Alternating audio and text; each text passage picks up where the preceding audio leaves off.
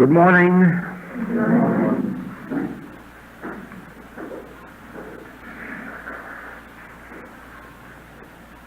Beautiful Easter Sunday on Maui.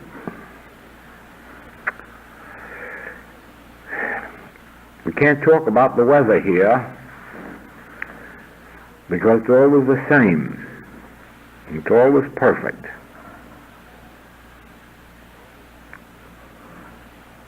But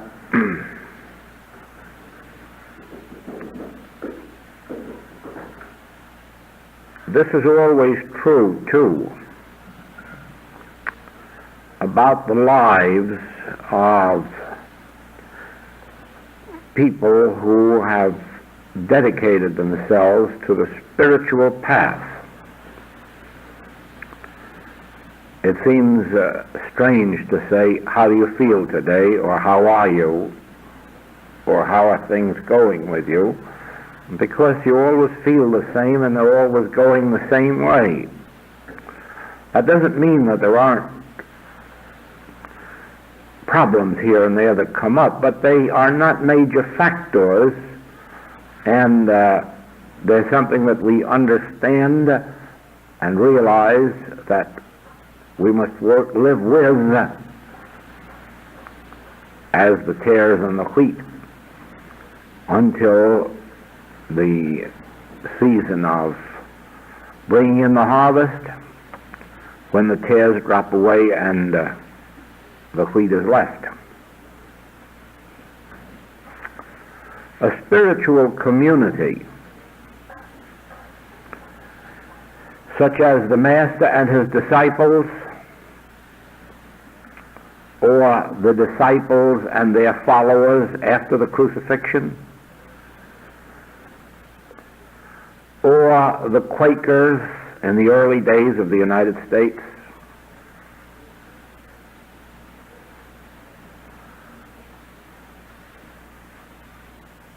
or the Christian Scientists in the early days of that movement when they were a small community.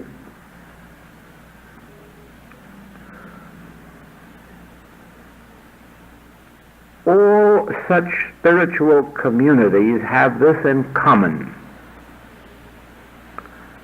that problems are not vital or life and death. They are merely those things which arise in every human experience and must be met. But the life of the community is close to that of an ideal life, not only among themselves, but as examples to the rest of the cities and states or communities of which they may be a part. For instance, we learn, as we go back into American history, that the Quakers were the only people who had no trouble with the Indians.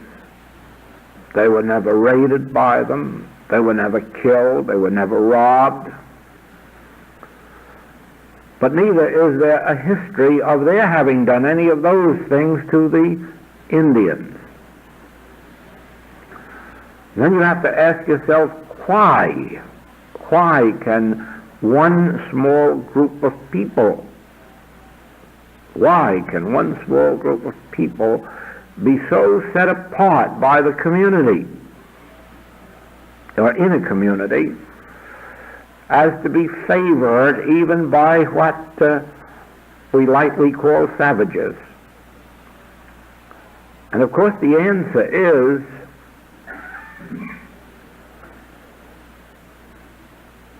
that they had done unto them just as they had done unto the Indians.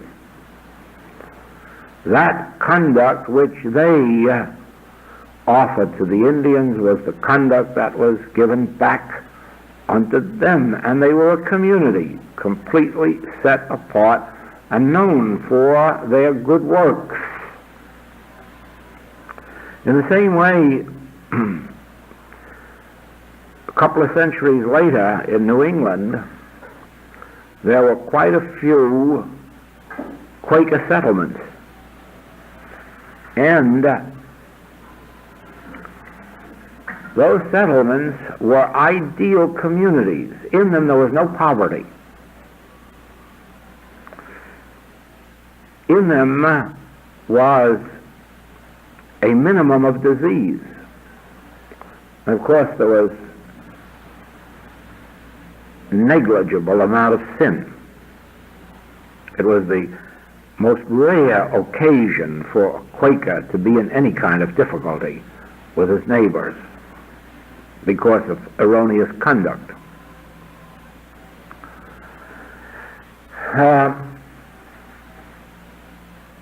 In the 1930s, a survey was made of the prison population in the United States, and you would be surprised to know that the percentage of Christian Scientists in prison was so small that they couldn't even be numbered in a fraction.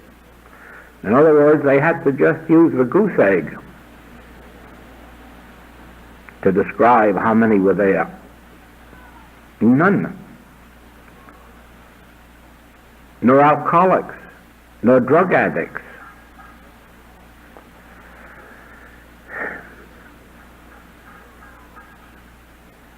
In the spiritual communities, oh yes, in the 1930s also, at the beginning of the Depression, every Christian Science church did what all others did. They started relief funds and collected food and clothing and money to use for their members who had been hit by the Depression. But you know that within 6 months these all had to be disbanded, and from then on there was no relief work in the Christian Science churches because there was nobody needing relief. And among the Quakers and among the Mormons and among the followers of Father Divine, all of these people went through the Depression without being on relief, without poverty, without suffering. These are the spiritual communities that have existed in these modern times. Now, I'm not speaking of those people who come to the study of the spiritual teachings because they, like we who have gone before them, come with all of the problems of mankind, both of sin, disease, lack, limitation, unhappiness, and so forth and so on. We have long histories of error in our experience. But after a period of years of serious study, meditation, devoting oneself to the spiritual life, these problems begin to fade. And we of the Infinite Way should begin to be a community showing forth the fruitage of our spiritual living. We also should be approaching that stage of our development when poverty disappears from our midst, and those who come into our circles in poverty soon learn how spiritually to rise above it. We should be showing forth a community virtually sinless, certainly of any major form of or serious form of sin, because we have at this point discovered how unnecessary the sins of the world are: lying, cheating, misrepresenting, injustice, intolerance? Haven't we seen through all of those? Do we not recognize the stupidity of indulging them? Then we should be a community so completely free that by our example, the rest of the entire community can say they must have something. And of course what we have is not a virtue of our own. Above all things we have learned that. We can't afford to be self-righteous and say that we are better than they. It is only that we have learned that the grace of God takes over our experience, and the grace of God maintains a spiritual community in prosperity, in justice, in health, in harmony, in helping each other. Oh, it will inevitably be that regardless of times or circumstances, some among us will fall into sickness temporarily, or sin, or lack, or some other unfortuitous circumstance. But then the rest of the spiritual community is there not only with spiritual help and forgiveness of the 70 times 7, but also with whatever is necessary of those human aids that sometimes temporarily are needful. The only question on this desk this morning is, please give us light on lead us not into temptation. Well, of course, all of human experience is a temptation. There is the temptation to prosper when the rest of the country is having a boom, and there is the temptation to lose when the rest of the country is having a depression. There is the temptation to fall into sickness when epidemics and so forth are traveling around the world. There is the temptation under certain circumstances to lie or cheat a little or falsely advertise or so forth. Human experience is completely made up of temptation, and no one ever rises so high in the spirit as to rise above temptation. No one can rise that high. That was the meaning of Jesus' prayer in the Garden of Gethsemane. Can you not remain awake with me 1 hour? The disciples were under such temptation to fall asleep in their ministry, and Jesus was under the temptation, evidently, of fearing that the presence and power of God may not sustain him in that fatal hour.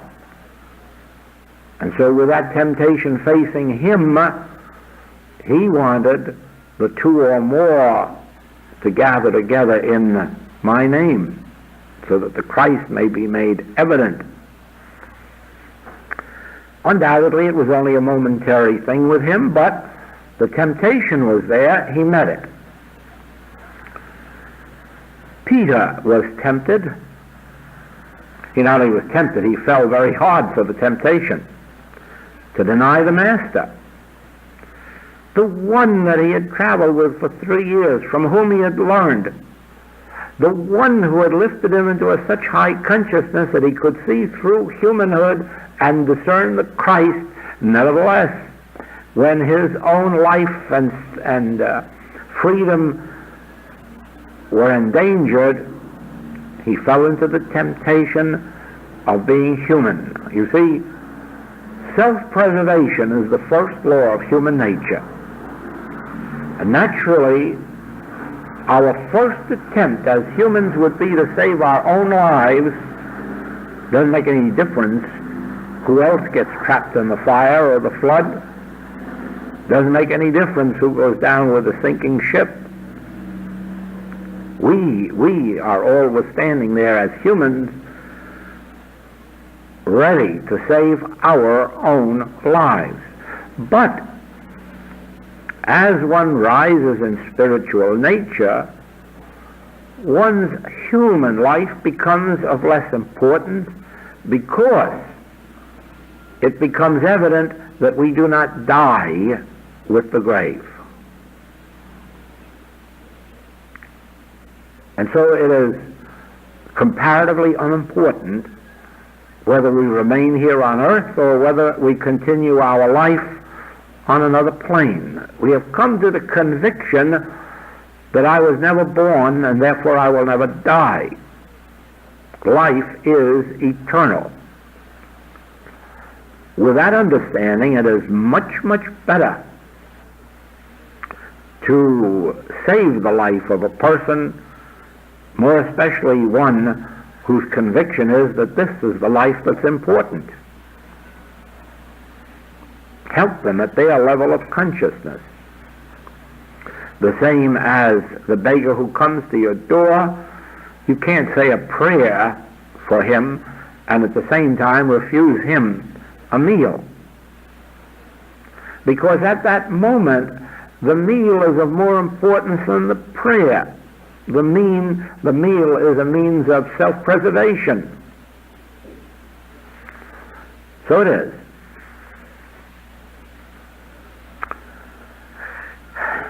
There is never a moment when we are not being tempted.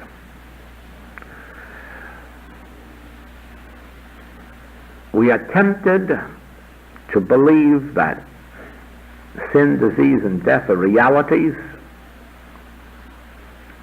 and to pity those who go through those experiences, instead of withholding pity and giving spiritual understanding. We are continuously being tempted to preserve our own life or our own money or our own fortunes or our own properties, none of which is wrong unless it's at the expense of someone else. But those temptations do come.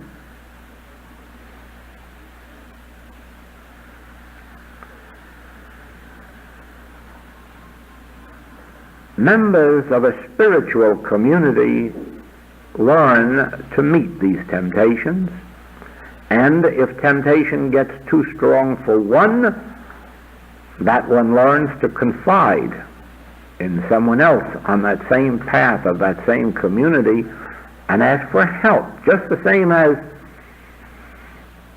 if one of us were sick, we would confide it to another one on this path and say, give me help. We would not think it wrong at all. But then, when the temptation of family unhappiness comes to us, or family misunderstandings, or community misunderstandings, we hesitate because we fail to realize that this too is a temptation. And if we are not meeting it with our own understanding, do the same as we would with a physical disease. Let us seek out one of our own community, one in whose integrity and understanding we have faith. Let them give us help.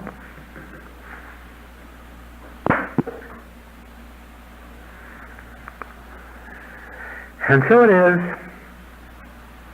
that we learn first that our experience is an individual one. We ourselves must devote the hours to study, to meditation, to self-improvement. And even though we meet with others, the demonstration is still an individual one. It is we who are lifting ourselves, even though we may get some help by meeting with others. We ourselves have to work with ourselves and within ourselves in order to bring ourselves to the point of ability to meditate, to contact our center, to overcome the major temptations of our human experience, whatever they may be. This is an individual thing. But just remember that if each one of us is individually working with ourselves to this end, that in a very short time we are a community of people who have attained some measure. Although each one may have attained it for himself, we are now a community of those who have attained. By helping and continuing to help those of our community, our spiritual community, who fall into temptation physically, mentally, morally, financially, we continue to unfold and to develop and to deepen and to ripen until we too bear fruit richly. Now, looking at ourselves, we now find not a student spiritually developed, but a community spiritually developed. And then we find that the nature of our individual prayer and meditation work helps to lift the entire community, so that in time of infection or contagion, that our individual work lifts our entire community. Not that the responsibility is on the shoulder of one person to do it for all, although it sometimes works out that way, that a few dedicated souls do make the whole demonstration for the whole community, but it should not be so. Every individual should so develop themselves that all working together keeps the entire community free from infection, from contagion, from accident, from poverty, from lack, from limitation. And ultimately you find, or should find, and must find, that same experience, that if there are savages on the island, they will not eat you.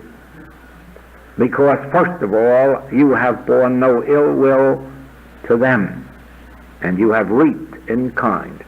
In the same way that if sin or disease races across the island, it shall not come nigh thy dwelling place, the dwelling place of this spiritual community. And so it is that times of depression come, or inflation, or whatever name it may have when it comes. And then too it should be said, oh, temporarily, the first few months, some of us get hit and have to make adjustments, but then our united consciousness of God's presence soon lifts up those who have fallen by the wayside. And lo and behold, they are in other employment or self-employment, or one or another ways have come to freedom from the temptation of that particular era.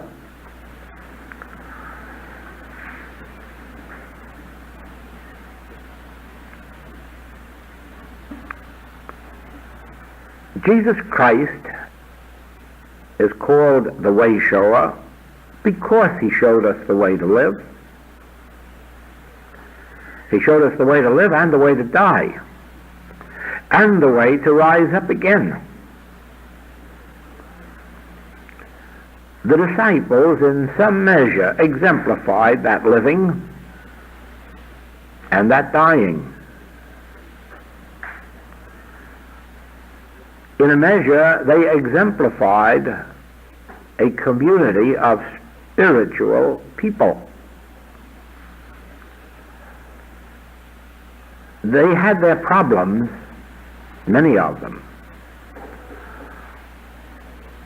James, known as the brother of Jesus, never did become reconciled to the ways of the other disciples, and always held himself aloof and in complete disagreement with almost everything the disciples did. Mainly because James was the brother of a Hebrew rabbi, and he looked with disapproval on teaching this wonderful message to the Gentiles, who weren't, of course, good enough for this message. Only we Hebrews were good enough for it. And so James never did come into an agreement that there should be missionary work. In the same way, for a while, Peter was bitten by that same bug. And he didn't approve of going out to the Gentiles until he had that vision. That vision in which the pig was lowered in a sheet, and he was told to kill it and eat it. And of course, Peter was a good Jew. He wouldn't eat pig meat. And he called it filthy. But 3 times he was offered that food.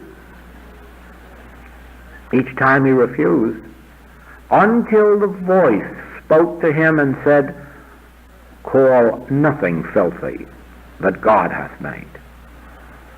And through that he learned his lesson, and when a few days later the Gentile, the centurion, Cornelius, sent for him and asked for instruction in this wonderful new faith, Peter had learned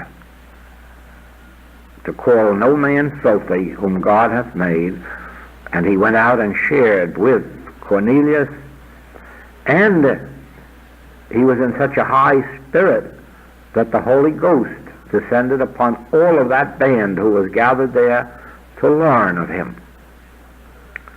Now, you know, Paul was the one who was the most ardent in wanting to go out into the world, into Greece, into Rome, and to teach this to the pagans and the Gentiles and the non-Christians and so forth. And you know that they put him on trial for it. So you see, they had their problems. Oh yes, right after the crucifixion, they formed a communist society in which everyone agreed to contribute everything that they had to one common fund, and then they would all live from it, because they knew that the authorities wouldn't let them live, wouldn't let them work, wouldn't let them earn.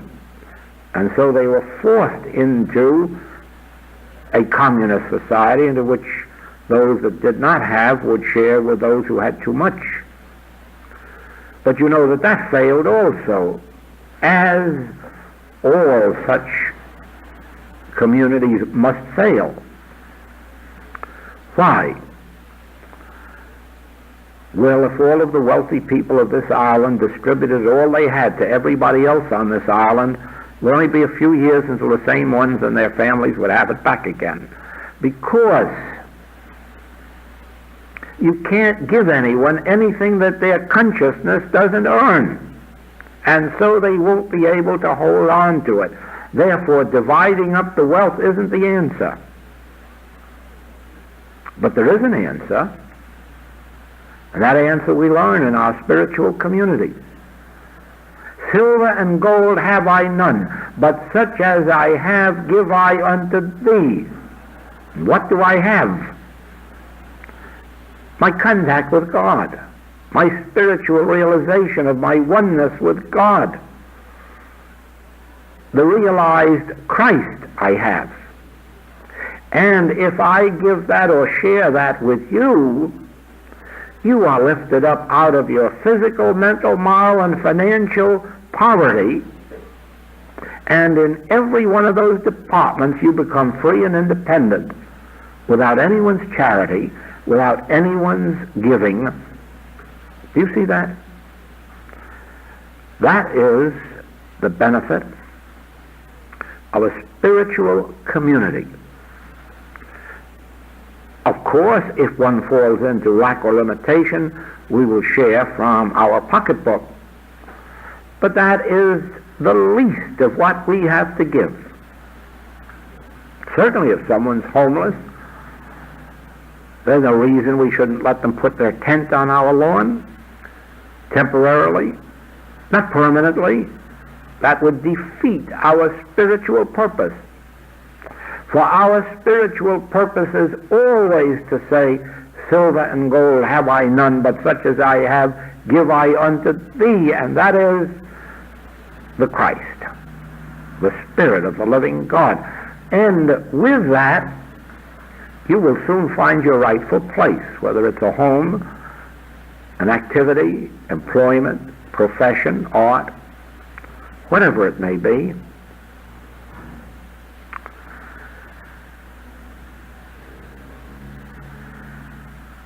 In a spiritual community, none of the evils of this world can remain, at least in any depth or degree. Minor, yes. At all times there will be some here and some there requiring some help, but the community as a whole will show forth better health, better sense of supply, better sense of harmonious and happy human relationships, a better sense of joy, a greater sense of peace, safety and security than any other community in the world. Why? Because we are enveloped in that consciousness in which we learn that if you live and move and have your being, none of these evils will come nigh thy dwelling place. At first we learn to demonstrate this individually for ourselves. Then gradually we find that we can extend to a member of our family, a receptive member, some measure of this benefit, and then gradually to others, and finally to communities. Not that we will embrace everyone who lives on this island, but that into this community will flow those receptive and responsive to the spiritual message, and then even others, by witnessing this group activity, if you want to call it that, this community of spiritual living people, will in some measure lift themselves up and be that much better merely by recognizing what is going on in the midst of you. Of course, individual responsibility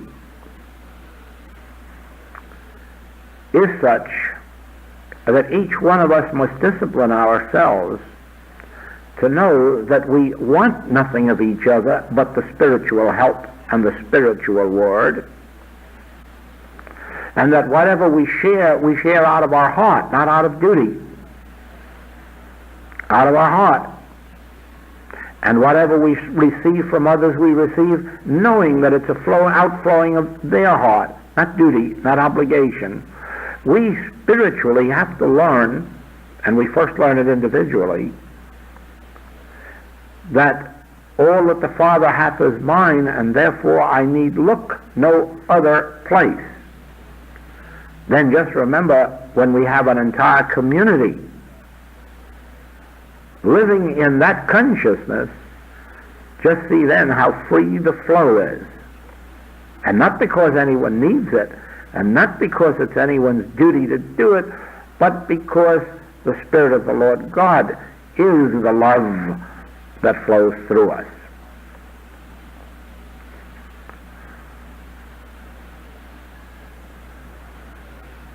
At this stage of our unfoldment, we must show,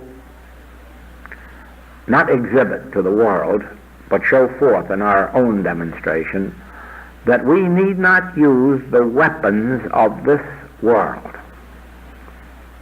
Now remember, they have only the arm of flesh, that is, temporal weapons. And when Hezekiah said that, he meant that temporal weapons are not power. For we have the Lord God Almighty. And as we are taught in the Bhagavad Gita, sword cannot pierce the spirit which I am. Flames cannot burn the spirit which I am. Nothing external to me can quench the life that I am. I am life eternal, and nothing from without a man can enter to defile or make a lie.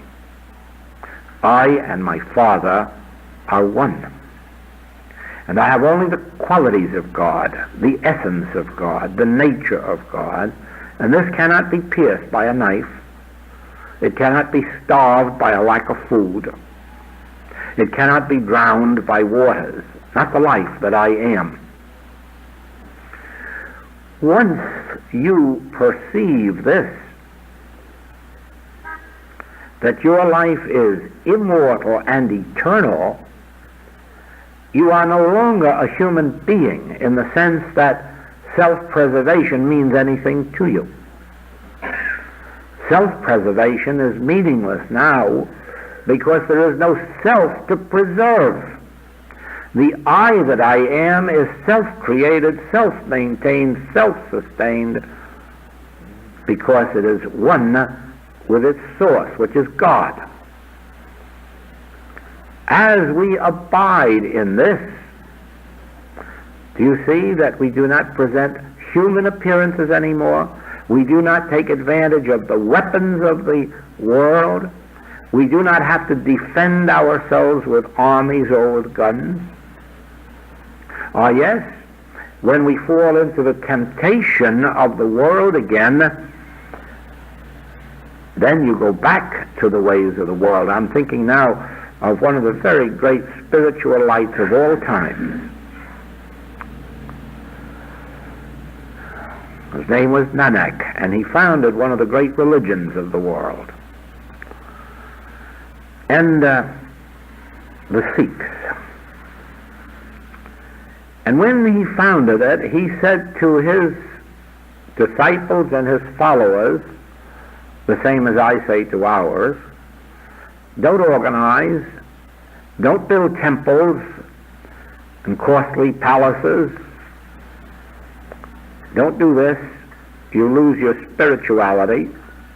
And once he said to them, don't accumulate collective wealth because you'll need armies to defend it. Don't build great temples because you'll need armies to protect them. And they were at that time like the Quakers, the gentle people of India. But his son succeeded him, and then his son succeeded him. And that's when the trouble began with the grandson, because he decided that his father and his grandfather were so great that nothing was too good for their memory. And so he built that which even to this day is the greatest temple in all of India, and the most valuable and the most expensive and the one most ornately designed and trimmed and most bejeweled, Amritsar. Naturally, people began raiding it. Need a little diamond here, a little pearl here, a little ruby here. And so you have to have an army. And of course today the Sikhs are the war tribes of India. They are the war race.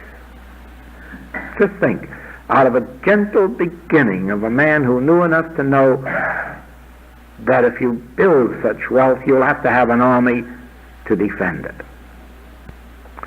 So it is. If we realize that our wealth is the manifestation of divine consciousness, we would have to build armies to protect it, even if it mounts up into millions. But the danger is that when there is collective wealth, such as a religious organization, you no longer have the spiritual integrity to hold it, and then you've got to have legal laws and armies and attorneys and whatnot to hold on and to multiply it and add to it. And then also comes the pride. Well, when I was a director, we doubled the wealth of our church. You only got half as much. And then the next one comes and wants to double that. Now, a spiritual community has no need of collective wealth, that is, a central fund, beyond any of the immediate needs. Why? Well, as an illustration, I am providing that should I leave this plane, the activities which still must be carried on, such as the editing of my books and so forth, will be financially cared for. And beyond that, there is no financial arrangement for carrying on anything of the infinite way. Why? Because every individual who becomes a part of the infinite way must demonstrate through their own consciousness for themselves, and if there is a collective group, for that collective group, but not beyond. Do you see that? This is a teaching in which a spiritual community develops individual spiritual consciousness as well as the collective that provides for the day thereof. We go back to the Hebrews again. Do not lay up treasure where moth and rust doth corrupt, or where you have to provide so that somebody else doesn't have to develop their state of consciousness. No, our spiritual community will be made up of people who have demonstrated the consciousness of the presence of God, and out of that draws all of the wealth necessary for their immediate needs, and teaches all future generations, one generation at a time, to go and do likewise or disappear off the face of the earth, whichever you'd like. So, our spiritual community should need no watchmen. We should need no directors to make a book of rules or laws, for each one should be governed by the Spirit of God, and wherever anyone fails, there should be others of sufficient spiritual awareness to correct them and help them back on the path. Without a book of rules, without excommunications,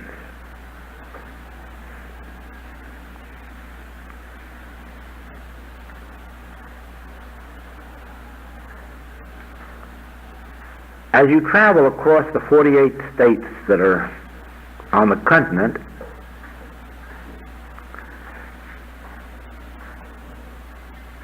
you can't help drawing comparisons with Europe, where every couple of 100 miles you come to a new border with new guards and new customs men and new collectors and new armies. And you see that a nation 3,000 miles wide and 1,500 miles long, or 3,000 miles long and 1,500 miles wide, can live without borders, without policemen at borders, and without customs men at borders. And then, as you travel Canada, you find that two nations can live together without soldiers at the borders. Well, surely it cannot take much imagination to say, well, then so could all of Europe do that. If only there was the same degree of enlightenment over there on these points that there is here. They may paint better pictures, and they may do a little better sculpturing, and they may have a little lead on us on art, but they're far behind us in human relationships.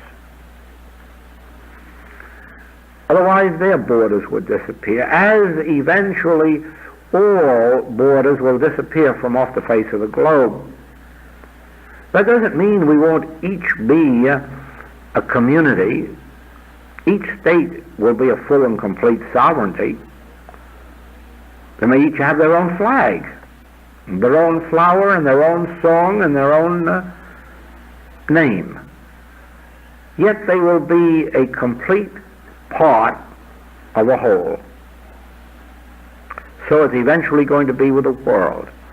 Each nation will have a flag and a song and a flower and a name.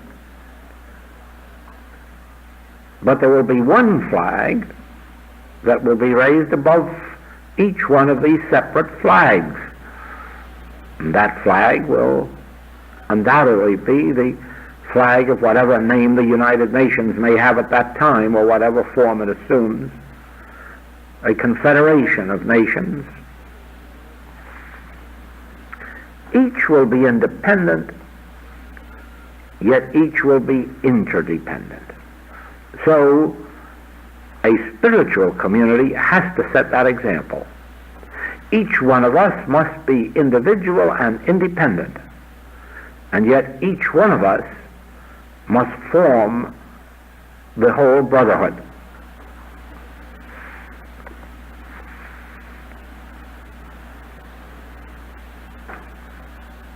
The secret, the big secret, lies in this: silver and gold have I none, such as I have give I unto thee. In other words, I can, by rising high in consciousness, bestow some of the fruitage of my developed consciousness upon you. Each one of you, by developing your spiritual consciousness, in turn include 1, 2, 3, or 10 more in your consciousness, and you bestow upon them some of your consciousness. If you rise high enough, you take this whole group into your consciousness, and each one benefits physically, mentally, morally, and financially by virtue of your consciousness, without you doing a human thing. And yet on the human plane, always doing the right human thing. So it will be. Our spiritual community will be a community of individuals, each of whom take upon themselves the responsibility of developing their own spiritual consciousness, and then saying to everybody else in the group, silently and secretly, silver and gold I'm not giving you, but such as I have, every day I'm sharing with you. That's my prayers, my realization, my dedication to the Christ. I take you into my prayers, I take you into my spirit. We are of one spiritual household. Naturally, we have learned to say the word I, haven't we? We've learned to close our eyes and say the word I. When we do that, we know that I am neither Jew nor Gentile. I am neither white nor black. I am neither Occidental nor Oriental. I am neither rich nor poor. I am just I in there.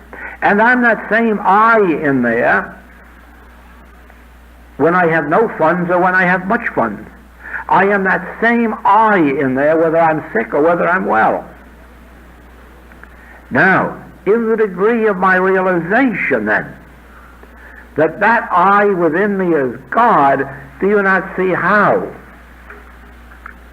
every individual in our whole community must be blessed? How it breaks down the barriers of race, religion, creed, sect, denomination, the upper 10 or the lower 5, as they used to be called in England. Do you not see this? That only in your realization of I can you realize that I am thou. I am in thee, and thou art in me, and we are in God. One, indivisible. One, indivisible. One being, one life, one soul, one spirit, one consciousness. And as we realize that, each of the others partakes in some measure, some degree of our realization, and goes out of our presence blessed. Even if they haven't been in our physical presence, They have been spiritually in our consciousness.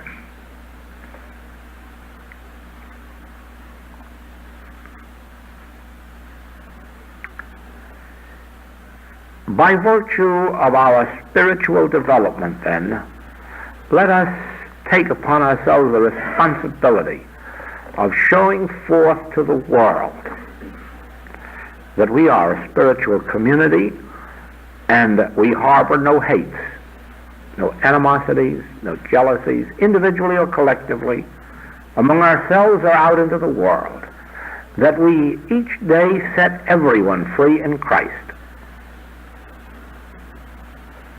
and realizing that we stand alone in Christ, and I can do all things through Christ.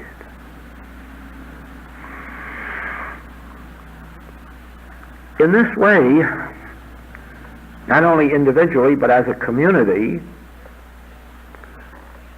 our light is shining forth into the world, and others desire to go and do likewise, or to come and be a part of it. We are not necessarily asking anyone to join us. We have no barriers keeping anyone out. We let our light shine so that those who are attracted may come in. Nor are we trying to inflict upon the world a different set of standards than it has made for itself. We are living unto ourselves, letting our light shine, and those that wish to incorporate in their living what we have may do so. We don't even ask them to name themselves infinite way. They can remain whatever they are. For we are not interested in building numbers any more than we're interested in building temples or dollars. Our interest is in showing forth the fruitage of spiritual living, letting the world receive whatever benefit from that it can.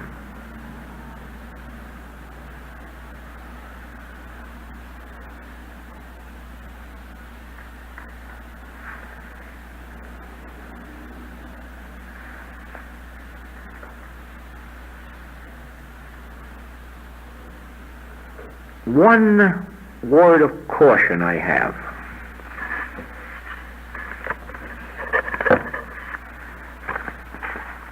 Still, at this time, we are too apt to do things, to start our day or end our evenings, or engage in business activities or social activities without first turning within for a realization of the presence. And this is a mistake and is responsible for many of the problems that we have. We would have far less problems if we agreed with ourselves that we would not leave home in the morning until we have had our click, until we've had our meditation and our realization. We say, oh, we do that. Yes, but then we start something else at 10 o'clock. And we have to forget that this too should be preceded by the realization of the presence. I live, yet not I. Christ liveth my life. Or the Christ goes before me, the presence goes before me to make the crooked places straight. We forget at mealtime that we are only eating food unless we have waited for that blink of an eye to recognize that Christ has set this table. God has set this table. Even in a wilderness, God can set a table. And if we eat that way, it can well be that it's just because we can afford it. And we're making no provision, not only for ourselves, but for all the rest of the world that hasn't yet learned that you do not eat by virtue of having money. You do not eat by virtue of having a garden. You eat by the grace of God. We shop, we market, and very thoughtlessly we just take out money to pay for it or charge it, as if it were our money, as if by our own self we were able to do this thing. And we not only lay up possible trouble for ourselves, but certainly we are not lifting the world, because it is the world that completely believes that they are able to have food and clothing and housing by virtue of its money. But we have learned better.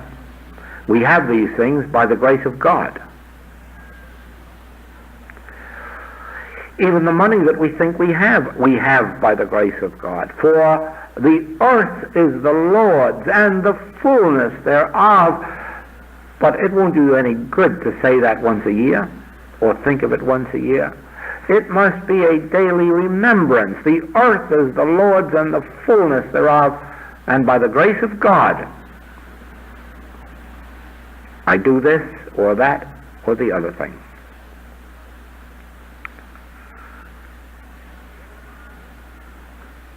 All of this, you see, constitutes the spiritual community, the group that is not living by bread alone, but by every word that proceedeth out of the mouth of God. A spiritual community is one that is not living by its affluence, but by the grace of God. A spiritual community is not one that is living in good health because it's a healthy climate, but living in good health because it's the grace of God. A spiritual community, when it reaches 50 and 60 and 70, doesn't start dreading the grave or old age or decrepitude, because it realizes the harmony of my being is not because of my years or lack of them. The harmony of my being is by virtue of the grace of God. And I live by the grace of God and under the grace of God. I live and move and have my being because the grace of God has made it so. And living in this atmosphere is dwelling in the secret place of the Most High. It is abiding in the Word and letting the Word abide in you, and you must bear fruit richly. And then you are a spiritual community showing forth spiritual fruitage to those who will see. Why then must you keep it so sacred and so secret? Because the very good that you show forth arouses in the unillumined human mind antagonism, envy, jealousy, and hate. That was why Jesus and his community were hated. That is why the disciples and their communities were hated and persecuted. They showed forth too much good. And never forget this. As Jesus said, they persecuted me before they persecuted you, and so I will say to you, they'll persecute you in your time, unless you too are wise. Don't boast, don't brag, don't show forth self-righteousness. Keep everything sacred by keeping it secret and letting it be shouted from the housetops, and then sharing it, not by throwing your pearls before swine, but by keeping it locked up within yourself until you meet those receptive and responsive, and then share with them. Thank you, huh?